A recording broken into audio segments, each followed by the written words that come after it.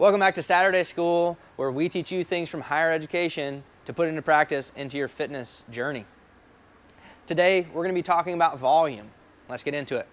When it comes to volume of a training cycle, what that is defined as sets times reps times weight. So what that can do, you can adjust all these different variables. You can do less sets, higher reps at the same weight, and end up with the same volume, right? You could do fewer sets and fewer reps at a higher weight and still get the same volume. What we're really concerned about here is no change greater than 10%. Okay? Now with this change over 10%, what we're finding in the clinic is that our athletes that come in and they have a change greater than 10%, either week over week or day over day, might have some sensitized tissues. Particular volume is important with our shoulder pain athletes or somebody that's just struggling with some type of shoulder irritation. If you come in on Monday, okay, Monday, and you do, let's say, thrusters, and you do 5 sets of 10 at 100 pounds, okay? Handy dandy calculator so I don't get that wrong. Some of you are saying, hey, how are you coaching or how are you teaching Saturday school and you can't do that math?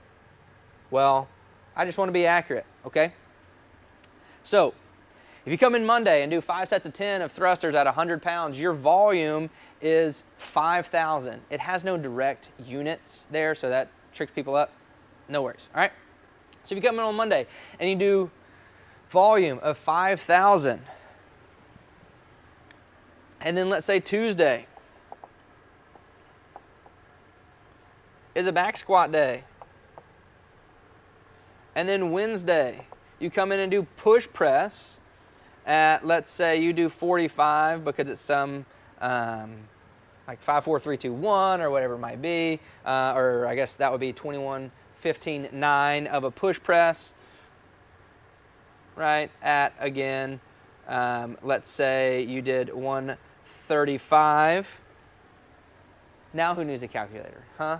Can you do that? Yeah, that's what I thought. That's what I thought, okay? So,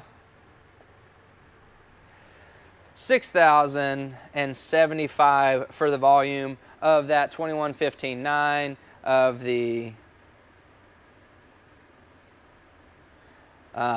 push press at 135. You're looking at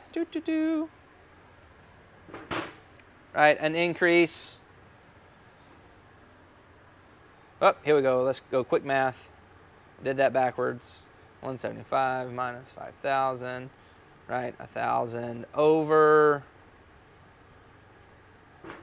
Right, so you're looking at an increase in volume, and you can check me on this math if you want to, but that's what I got. 21.5% increase.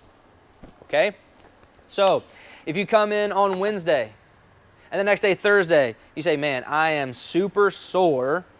Something must be wrong with my shoulder. That might not necessarily be the case. It might just be that you change your volume greater than 10% and you're now irritated. Okay? Now, it doesn't always have to be the case. You don't always have to be sore or hurting if you change that volume over 10%. But what I find is that this is a good metric for that 10% change. It could be week over week, it could be day over day. Just monitoring your volume by multiplying sets times reps times weight.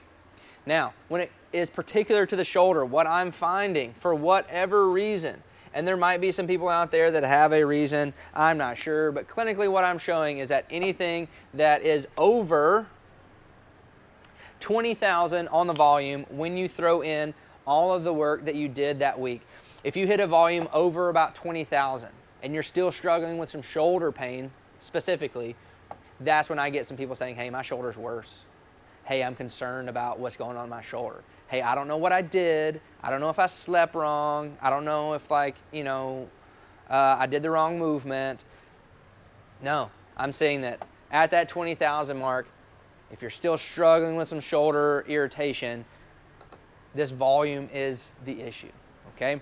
Now, a way that you can get around that is taking whatever tracking app you're using to monitor your sets, reps, weights, PRs, whatever it might be, throwing in those calculations. And if you are getting close to that 20,000 mark on the volume, maybe take a little easier day, right? Maybe don't go RX with the weight. Push yourself faster and increase that intensity, but that's not going to change the volume any, okay? So do workouts faster. Don't worry about putting extra weight on the bar.